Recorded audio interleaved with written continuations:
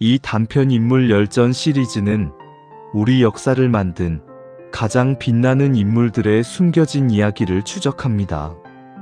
지난 편 우리는 통일 신라하대의 혼란 속에서 해상제국을 꿈꾸었으나 골품제의 벽을 넘지 못하고 비극적 최후를 맞은 장보고의 파란만장한 일대기를 보았습니다.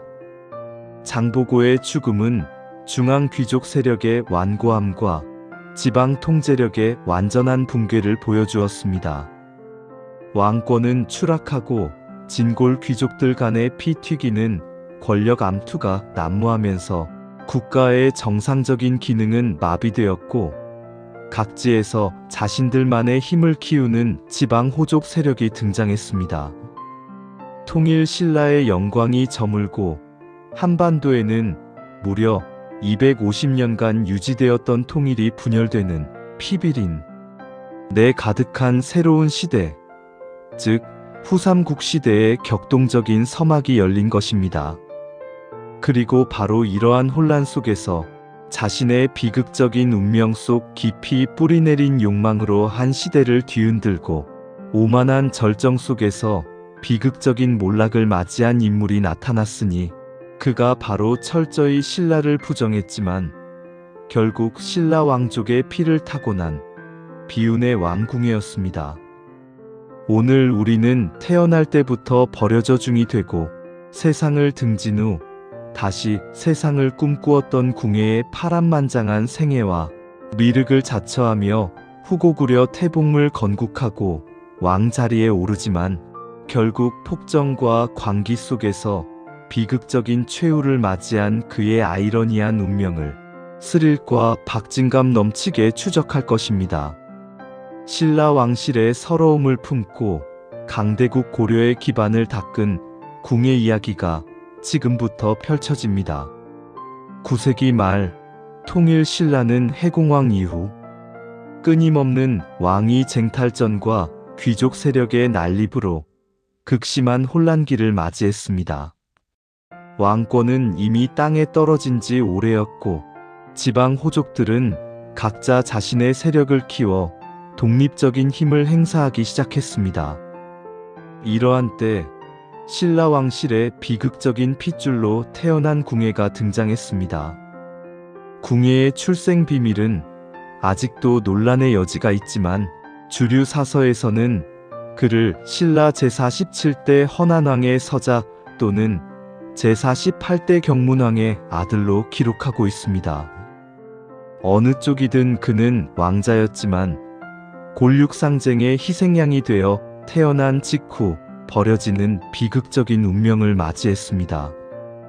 전설 속에서 궁예는 태어난 직후 자신의 생부가 죽을 것이라는 불길한 예언 때문에 죽임을 당할 뻔했습니다. 그를 안고 도망치던 궁녀가 누각에서 떨어뜨려 간신히 목숨을 건졌지만 이때 한쪽 눈을 잃었다고 전해집니다. 이후 궁예는 세상의 냉대 속에서 떠돌다 3달사라는 절에서 중이 되었습니다. 그는 세상과 인연을 끊고 불도에 정진했지만 마음 한켠에는 버려진 왕자로서 자신을 멸시한 신라 왕실에 대한 증오와 새로운 세상을 열겠다는 남다른 야망을 품고 있었습니다. 891년 마침내 궁예는 오랜 중 생활을 청산하고 속세로 돌아왔습니다.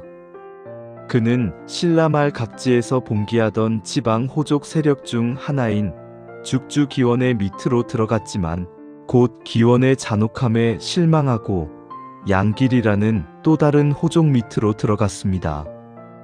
궁예는 뛰어난 지략과 카리스마로 양길의 신임을 얻고 명성을 떨쳤습니다.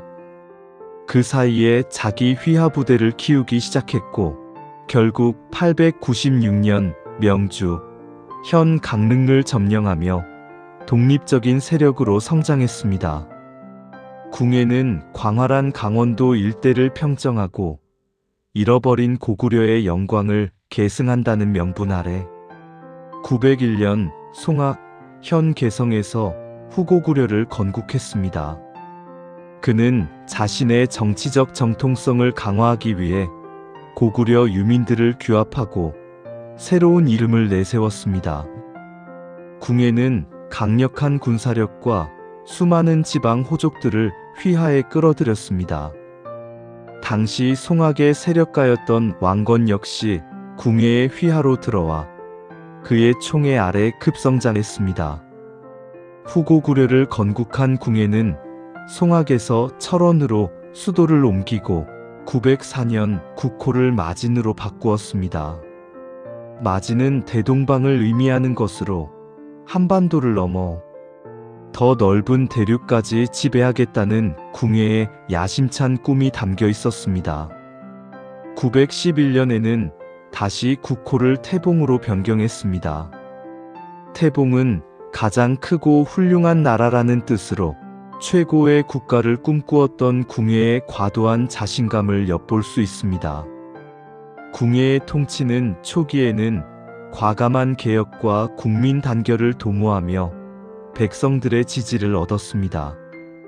그러나 점차 자신의 신성한 권위를 내세우며 폭정을 일삼았습니다. 그는 자신을 미래불미륵의 현신이라 자처하고 자신만이 세상을 구원할 수 있다고 주장했습니다. 백성들이 미륵신앙을 통해 혼란 속에서 안식을 찾으려 했던 것을 이용하여 자신의 왕권 강화에 악용했습니다.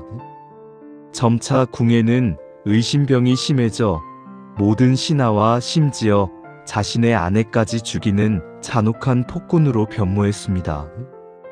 관심법을 들먹이며 다른 사람의 마음을 읽을 수 있다고 주장하며 수많은 무고한 사람들을 죽음으로 몰아넣었습니다. 궁예의 폭정과 광기는 태봉 내부의 불만을 최고조로 만들었습니다. 특히 탁월한 지략과 용맹함으로 궁예의 총애를 받았던 왕건은 더 이상 그의 폭정을 좌시할 수 없다고 판단했습니다. 918년 결국 왕건은 홍유, 배현경, 신순겸, 복지겸 등 4명의 장군들과 함께 혁명을 일으켜 궁예를 폐위시키고 스스로 왕위에 올랐습니다. 궁예는 쫓겨나 금강산으로 도망쳤지만 얼마 가지 못하고 백성들에게 잡혀 살해당하는 비극적인 최후를 맞이했습니다. 궁예의 삶은 신라 왕족으로 태어나 버려지고 중이 되어 세상을 등졌지만 결국 다시 세상을 꿈꾸며 강력한 왕국을 건설했습니다. 그러나 그 꿈은 자신의 과도한 욕망과 폭정으로 인해 비극적으로 좌절되었습니다. 그는 비록 미완의 영웅이었지만 통일 신라의 붕괴 속에서 새로운 시대를 개척하려 했던 인물이었습니다.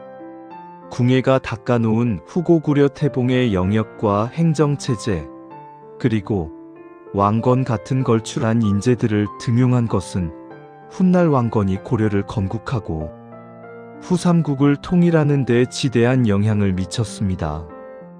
궁예의 삶은 영웅과 폭군의 두 얼굴을 모두 가진 역설적인 인물이었습니다.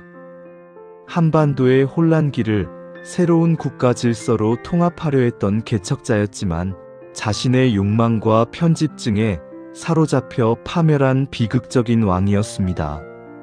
하지만 그의 파란만장한 일대기는 후삼국 시대의 격동적인 역사를 가장 극적으로 보여주는 증거이자 강력한 고려, 건국의 배경이야기로 남아있습니다. 나는 미륵이니라. 파란만장한 비운의 왕, 궁예. 욕망과 좌절이 빚어낸 후삼국 시대의 비극. 단편.